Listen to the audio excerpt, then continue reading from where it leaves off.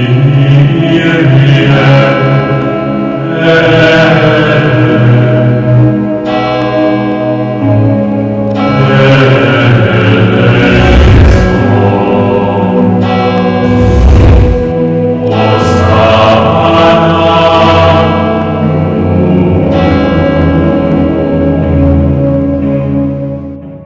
సహోదరి సహోదరులారా, అంతర్గత కోటలోని 8వ అంతస్తు మనం ప్రవేశించినప్పుడు ఆ 8వ అంతస్తుని ఏమంటారంటే పారవశ్య ఐక్యత ప్రార్థన అంటారు. పారవశ్య ఐక్యత ప్రార్థన అంటే ఎక్స్టాటిక్ యూనియన్. ఎక్స్టసీ అంటే ఇంతకుముందు నేను చెప్పినట్లుగా ఎక్ అంటే బయట, స్టసీ అంటే to stand out side of your self. అంటే నువ్వుగా ఉండవు, వేరేగా ఉండడాన్ని ఎక్స్టసీ అంటారు. నీలో నువ్వు ఉండవు, వెలుపల ఉంటావు, పరాధీనం అవుతావు అన్నమాట. వేరే పారవశ్య లోకంలో ఉంటావు. అది నిద్రించడం అని కాదు, చనిపోవడం అని కాదు, ఒక రకమైనటువంటి మార్మిక పారవశ్యం, మిస్టికల్ ఎక్స్టసీ. అది చేతన అవగాహన రాహిత్యం. అంటే నీకేం జరుగుతుందో నీకు తెలియదు అన్నమాట. చేతన ఉండదు. ఉదాహరణకు మనం చూసుకుంటే మన భారతీయ సంప్రదాయంలో, ఆధ్యాత్మిక సంప్రదాయంలో పాతకాలంలో ఋషులు మునులు వీళ్ళందరూ గురించి మనం వింటూ ఉండేవాళ్ళం. ఆ ఋషులు మునులు ఏం చేస్తూ ఉంటారు? ఒక రకమైన ప్రార్థనలో, ధ్యానంలో ఉన్నప్పుడు వాళ్లకు బయట ఏం జరుగుతుందో ఏం పట్టింపులు ఏం ఉండేవి కావు. అది నిద్ర కాదు, అది చనిపోవడం అని కూడా కాదు. వాళ్ళు జీవించే ఉంటారు, కానీ ఇది ఏం జరుగుతుందో కూడా వాళ్ళకి తెలియకుండా అలా ఉంటారన్నమాట. వాళ్ళు గంటల తరబడి, రోజుల తరబడి అలా ప్రార్థించేటప్పుడు, నెలల తరబడి అలా ప్రార్థించేటప్పుడు వాళ్ళ మీద పొట్టలు పెరుగుతూ ఉంటాయి. పొట్టలు పెరుగుతూ ఉండడం అలా కూడా మనం చూస్తూ ఉంటాం. శృతిమతి ఏమీ తెలియదన్నమాట. అటువంటి స్థితిని పారవశ్య ఐక్యత ప్రార్థన అంటారు. అటువంటి స్థితిని పారవశ్య ఐక్యత ప్రార్థన, ఎక్స్టాటిక్ యూనియన్. ఇందాక నేను చెప్పింది మార్మిక పారవశ్యం, మిస్టికల్ ఎక్స్టసీ. అవి ఋషులు మునులు, ఇంకా మన క్రైస్తవ మత సంప్రదాయంలో కూడా ఎడారి మునులు, ప్రార్థనాపరులు, కొన్ని మఠ సభల్లో సభ్యులు, వీళ్ళందరూ కూడా ఈ స్థితిలో వాళ్ళు మయమరిచిపోయి అచేతన స్థితిలో అలా ఉండిపోయేవాళ్ళు. ప్రార్థనలోనే గడుపుతూ ఏమి పట్టించుకోకుండా, శృతిమతి ఏమి ఉండకుండా అలాగా రకమైనటువంటి నిద్రాణ స్థితిలో అలా ఉండేవారు. ఇందులోనే ఈ 8వ అంతస్తులోనే పారవశ్య ఐక్యతా ప్రార్థనలోనే రెండవ భాగం ఏంటంటే ప్రవచన పారవశ్యం. ప్రవచన పారవశ్యం, ప్రాఫెటిక్ ఎక్స్టసీ అంటారు. Prophetic ecstasy. ప్రాఫెట్ అంటే ప్రవక్త, ప్రాఫెసీ అంటే ప్రవచనం. ప్రాఫెటిక్ ఎక్స్టసీ అంటే ప్రవచన పారవశ్యం. కొన్నిసార్లు దైవ ప్రవచనాలను అందుకున్నవారు ఆ ప్రవచనాలను, ఆ సందేశాన్ని ఇతరులకు అందచేయడానికి ఒక రకమైనటువంటి పారవశ్యంలో మునిగి తేలుతూ ఉంటారు. ఆ సందేశాన్ని అందజేస్తారు. అది మన పాత నిబంధనలోని యెషయా గ్రంథము 20వ అధ్యాయము 2వ వచనం చూసుకుంటే, యెషయా ప్రవక్త ఒక 3 సంవత్సరాల వరకు కూడా దిగంబరుడిగా, నగ్నంగా తిరుగుతూ దైవ సందేశాన్ని అందిస్తూ ఉన్నాడు అని మనం చూస్తూ ఉంటాం. కొంచెం వింతగా గోచరించవచ్చు, కానీ ఇది బైబిల్ విషయమే. యెషయా 20వ అధ్యాయము 2వ వచనము. ఆ కాలమున ప్రభువు ఆమోసు కుమారుడు యెషయాతో, నీ నడుము మీద గోనెపట్టను తీసివేసి చెప్పులను విడువుము అని చెప్పెను. అతడు ప్రభువు ఆజ్ఞాపించినట్లే పాదరక్షలు విడిచి దిగంబరుడుగా నడిచెను అని మనం చదువుచున్నాడు. ప్రియ సహోదరి సహోదరులారా, యెషయా ప్రవక్త 3 ఏళ్ల వరకు అలా దిగంబరంగానే ఉన్నాడు. ఎందుకు? దైవ సందేశాన్ని, ఒక ప్రత్యేక దైవ సందేశం కోసం ఆయన ఈ యొక్క ప్రార్థనా స్థితిని ఎన్నుకున్నాడు.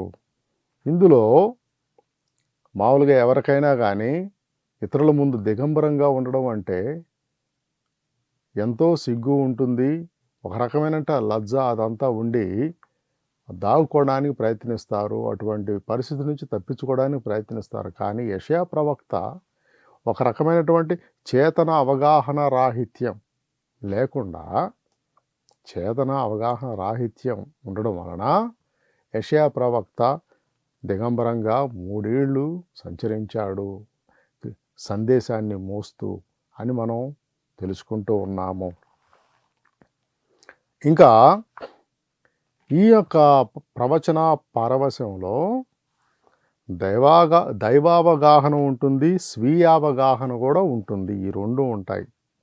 మొదటిది మార్మిక పారవశ్యంలో దైవావగాహన ఉండదు, స్వీయ అవగాహన కూడా ఉండదన్నమాట. కానీ ఈ ప్రవచన పారవశ్యంలో, ప్రాఫిటిక్ ఎక్స్టసీలో ఈ 2 విషయాలు ఉంటాయి. దైవావగాహన ఉంటుంది, స్వీయ అవగాహన కూడా ఉంటుంది. ప్రియ సహోదరి సహోదరులారా, ఈ స్థితికి అందరూ క్రైస్తవులు చేరలేకపోయినా ఆ మెట్టు మనం ఎక్కుతూ ఉండవచ్చు. ఇది దుస్సాధ్యమేమీ కాదు, కష్టసాధ్యమేమీ కాదు. ఎంతోమంది భక్తులు, క్రైస్తవ భక్తులు, మునులు, పునీతులు ఈ యొక్క స్థితిని సాధించిన వాళ్ళే. సాధించబట్టే వాళ్ళు ఇలాగా తమ గ్రంథాల ద్వారా తెలియచేస్తూ ఉన్నారు. అనుభవంతో కూడిన మాట ఎంతో గొప్పది. దాన్ని మనం తూలనాడటకు వీలు లేదు. దాన్ని సహృదయతతో మనం గ్రుడ్డిగా స్వీకరించవచ్చు అని మనం తెలుసుకోవచ్చు. ప్రియ సహోదరి సహోదరులారా, చిట్ట చివరి అంతస్తు, అన్నిటికంటే ఉన్నతమైనటువంటి అంతస్తు, ప్రతి భక్తుడి జీవితంలో ఎదురయ్యేటటువంటి తుదకు వచ్చేటటువంటి మలుపు లేక అంతస్తు, చేరగలిగేటువంటి స్థాయి ఏమిటి అనగా ఆధ్యాత్మిక ఐక్యత, లేకపోతే ఆధ్యాత్మిక వివాహం అని కూడా చెప్పుకోవచ్చు. ట్రాన్స్ఫార్మింగ్ యూనియన్ లేక మిస్టికల్ మ్యారేజ్. ఈ ట్రాన్స్ఫార్మింగ్ యూనియన్, ఆధ్యాత్మిక ఐక్యత ఎవరితో? దేవుడితో. మిస్టికల్ మ్యారేజ్, ఆధ్యాత్మికంగా దేవుడితో ఒక కళ్యాణ బంధం ఏర్పడటం అనే విషయంగా కూడా మనం దీన్ని ఒక రకంగా చూసుకోవచ్చు. ప్రియ సహోదరి సహోదరులారా, ఇదేంటి దేవుడితో పెళ్ళేంటి అంటే మనం ఏ విధంగా చెప్పుకోవచ్చు అంటే, ఒక నది వెళ్ళి సముద్రంలో కలిసినప్పుడు నదిలో ఉన్నది నీరు, సముద్రంలో ఉన్నది నీరు, నది సముద్రంలో ఐక్యమైనట్టు. దాని గురించే ఆ పౌలు గారు చెబుతూ ఉంటాడు. గలతీయులకు వ్రాసిన పత్రిక 2వ అధ్యాయంలో, గలతీయులకు వ్రాసిన పత్రిక 2వ అధ్యాయం 20వ వచనంలో పౌలు గారు ఏమంటారు? కనుక ఇక జీవించున్నది నేను కాదు, ఇంకెవరు? క్రీస్తే నా యందు జీవించుచున్నాడు. I no longer live but Christ who lives in me. నేను నాలో జీవించటలేదు, క్రీస్తే నా యందు జీవించుతున్నాడు. నన్ను ప్రేమించి నా కొరకై ప్రాణత్యాగము చేసిన దేవుని పుత్రుని అందలి విశ్వాసము చేతనే ఇప్పుడు నేను శరీరమందలి ఈ జీవితమును గడుపుచున్నాను అని పౌలు గారు ఎంతో గొప్ప వాక్యాన్ని పలుకుతూ ఉన్నారు. ప్రియ సహోదరి సహోదరులారా, జీవించేది నేను కాదు, క్రీస్తే. అది మిస్టికల్ మ్యారేజ్ లేకపోతే ట్రాన్స్ఫార్మింగ్ యూనియన్, ఆధ్యాత్మిక ఐక్యత సాధించినటువంటి భక్తుల విషయంలో ఇది జరుగుతుంది. ఇది భూలోకంలోనే జరుగుతుంది. ప్రియ సహోదరి సహోదరులారా, మనం చనిపోయిన తర్వాత దేవుణ్ణి ముఖాముఖి దర్శిస్తాము, ఆ విషయం వేరే సంగతి. ఇది భూలోకంలో మనం జీవిస్తూ ఉండగానే జరిగేటటువంటి ఆధ్యాత్మిక అనుభూతి, అంతస్తు అని మనం తెలుసుకోవాలి. ఇక్కడ ఉదాహరణకు మన క్రైస్తవ భక్తి జీవితంలోనే పునీత అసిసిపుర ఫ్రాన్సిస్ గారు ఉన్నారు. ఆయనకు క్రీస్తు ఆయన యందు జీవిస్తూ ఆయనకు పంచగాయాలు కూడా కలిగాయి. పంచగాయాలు అంటారు కదా, 2 చేతులు, 2 కాళ్ళు మరియు ప్రక్కలో గాయము. దీన్ని పంచగాయాలు అంటారు. స్టిగ్మాటా అంటారు ఇంగ్లీష్లో, ఆంగ్లంలో. ఈ పంచగాయాలు పునీత అసిసిఫర్ ఫ్రాన్సిస్ గారికి జరిగాయి. ఇంకా పునీత పాద్రే పీవో అని ఇటలీ దేశంలో ఉండే పునీతుడికి కూడా ఈ పంచగాయాలు ప్రత్యక్షం అవుతూ ఉండేవి. కొంతమంది పునీతురాళ్ళకు కూడా ఈ పంచగాయాలు అనేది ఒక వరంగా ఉండేది. అది క్రీస్తు తనలో జీవించి ఉండడానికి ఒక మాతృక అని మనం చెప్పుకోవచ్చు. ప్రియ సహోదరి సహోదరులారా, ఇప్పుడు కార్మెల్ సభ క్లాయిస్టర్డ్ అంటారు చూసారా కదా, వాళ్ళు ఇక బయటికి రానే రారు, లోపలే ఉండి ప్రార్థిస్తూ ఉంటారు. వాళ్ళల్లో చాలామందికి ఇలాంటి అనుభూతి ఎదురవుతూ ఉంటుంది. ఒక రకమైన అలౌకిక అనుభూతి, పారవశ్యం కలుగుతూ ఉంటాయి. ఇంకా ఈ స్థితికి చేరిన వారికి చావైన పాపం చేయాలని అనిపించదు.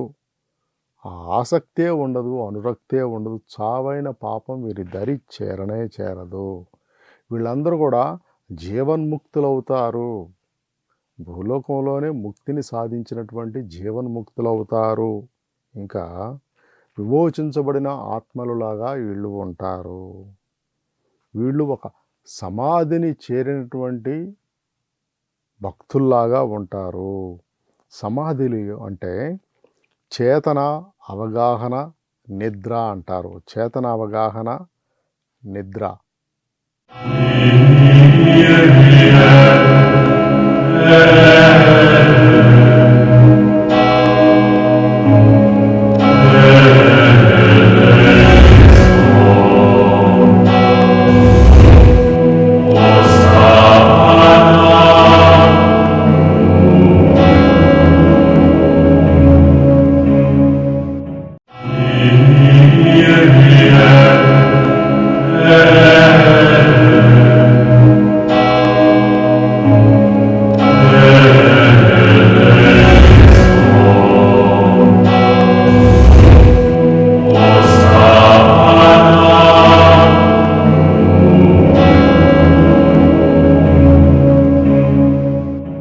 చేతన అనేది అవగాహన లేకుండా ఉండే ఒక నిద్ర అని మనం చెప్పుకోవచ్చు.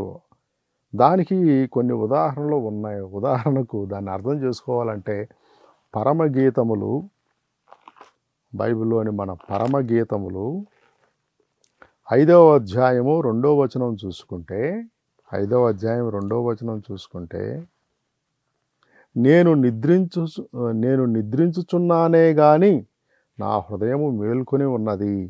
అదిగో నా ప్రియుడు తలుపు తట్టుచున్నాడు. తను నిద్రిస్తూనే ఉందంట ప్రియురాలు, కానీ ప్రియుడు తలుపు తడతాం వింటూనే ఉంది. అదన్నమాట. ఇది ఒక రకమైనటువంటి నిద్రిస్తున్నా కానీ హృదయం మెలకువగా ఉండడం అనేది ఈ యొక్క ట్రాన్స్ఫార్మింగ్ యూనియన్ లేక మిస్టికల్ మ్యారేజ్, ఆధ్యాత్మిక ఐక్యత లేకపోతే ఆధ్యాత్మిక వివాహం అనేటువంటి ఈ యొక్క పై అంతస్తులో మనం అనుభవిస్తాము. ప్రియ సహోదరి సహోదరులారా, ఈ స్థితికి చేరిన వారు కోకొల్లులో ఉన్నారు. ఈ విషయంలో మనం ఒప్పుకోవాలి. కేవలం క్రైస్తవ మతంలోనే కాదు, రకరకాల వివిధ మతాలు కూడా ఈ యొక్క ఆధ్యాత్మిక అనుభూతులతో, అంతస్తులతో పరిపుష్టమై ఉన్నాయి. వాటిని సాధించే సాధకులు వాళ్ళ ఓపిక పట్టుదలను బట్టి దైవానుగ్రహంతో ఈ యొక్క 9వ అంతస్తు దాకా రాగలుగుతారు. కొంతమంది ఆ మధ్యలోనే ఆగిపోవచ్చు. ఈ అంతస్తులన్నిటిలో ఒక ముఖ్యమైన విషయం కొనసాగుతూనే ఉంది. లక్షణాలు వేరువేరుగా ఉన్నా కానీ అదేమిటంటే ప్రార్థన అనేది. ఈ ప్రార్థన అనేది ఒక స్వర ప్రార్థనలాగా ఉండవచ్చు, ఒక చింతన ప్రార్థనలాగా ఉండవచ్చు, ఒక ఇంద్రియ ప్రార్థనలాగా ఉండవచ్చు, లేక చేతనారాహిత్య ప్రార్థనలాగా ఉండవచ్చు. ఈ విధంగా ఈ ఈ 9 అంతస్తులో రకరకాలుగా ప్రార్థనలు మనం వివిధ రూపాల్లో చూస్తూ ఉన్నాము. అయితే ఈ ప్రార్థన అనేది అలాగ కొనసాగిస్తూ ఉండాలి. టోనీ డిమెల్లో అనేటువంటి ఒక ప్రఖ్యాత వడక బోధకుడు ఫాదర్ టోనీ డిమెల్లో ఆయన చెబుతూ ఉంటాడు, ఒక పర్వతారోహకుడు ఒక త్రాడు తీసుకొని ఒక పర్వత శిఖరాన్ని అధిరోహిస్తూ ఉంటాడు. అలా పర్వత శిఖరాన్ని అధిరోహించే కొలది, అంటే ఎక్కే కొలది ఏం జరుగుతుందంటే అక్కడ ఉన్న ప్రాంతం నుంచి చుట్టూ పరికించి చూస్తాడు. చుట్టూ పరికించి చూసినప్పుడు ఆ చుట్టూ కనపడే సుందర దృశ్యాలు సమ్మోహితుణ్ణి చేస్తాయి, మనోహరంగా అనిపిస్తాయి. అతను శిఖరానికి ఎక్కే కొలది అధిరోహించే కొలది ఆ సుందర దృశ్యాలు ఇంకా ఎక్కువగా కనిపిస్తూ ఉంటాయి, ఇంకా ఎక్కువ దూరంలో కనిపిస్తూ ఉంటాయి.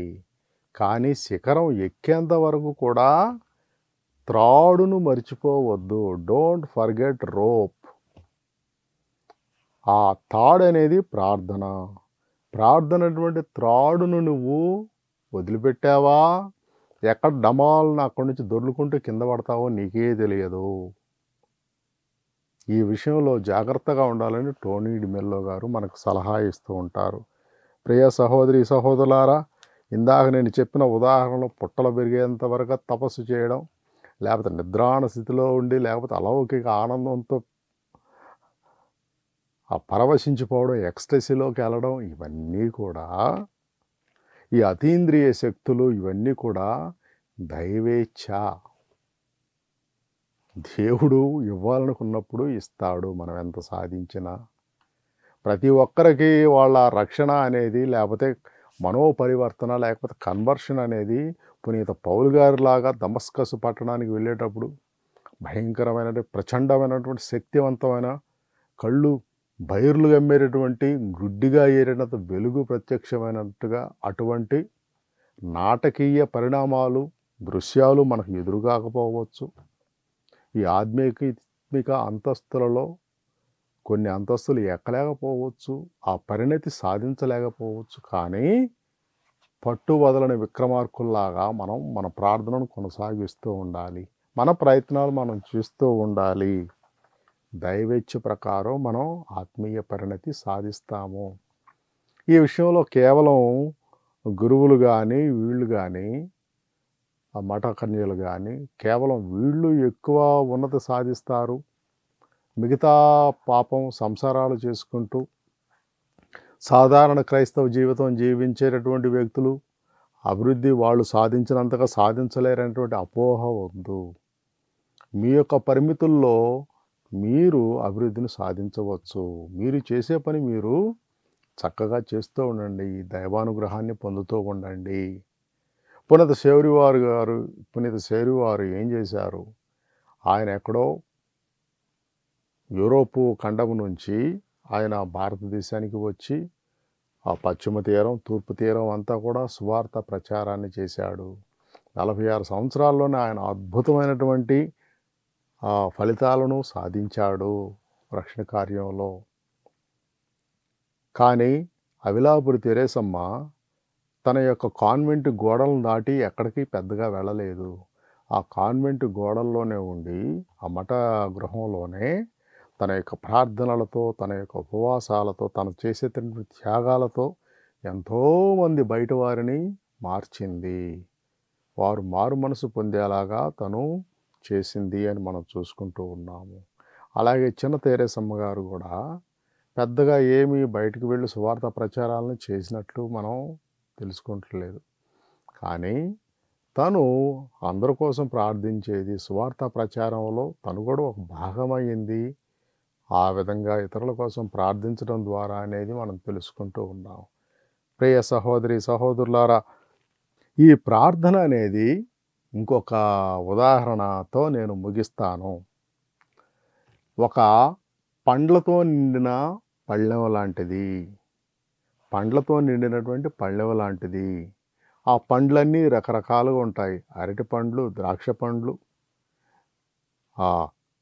బత్తాయి పండ్లు, నారింజ పండ్లు, చివరికి ఒక కొబ్బరికాయ కూడా ఉంది.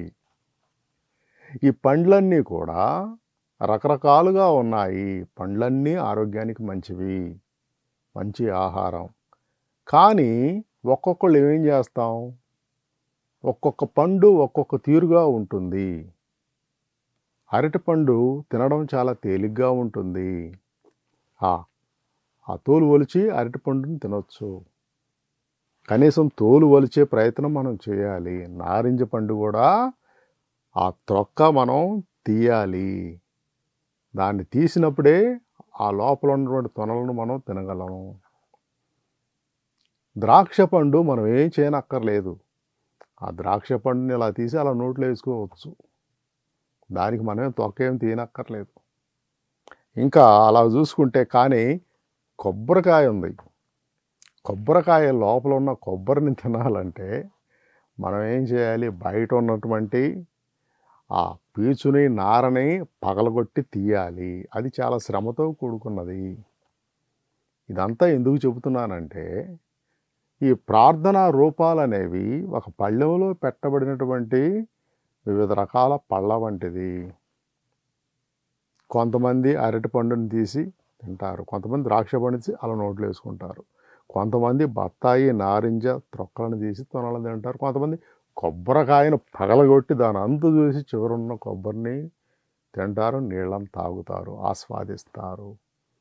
ఈ విధంగా ప్రార్థనల్లో మనిషి యొక్క ప్రయత్నం ఇక్కడ మనం ఈ ఉదాహరణల ద్వారా చెప్పుకోవచ్చు.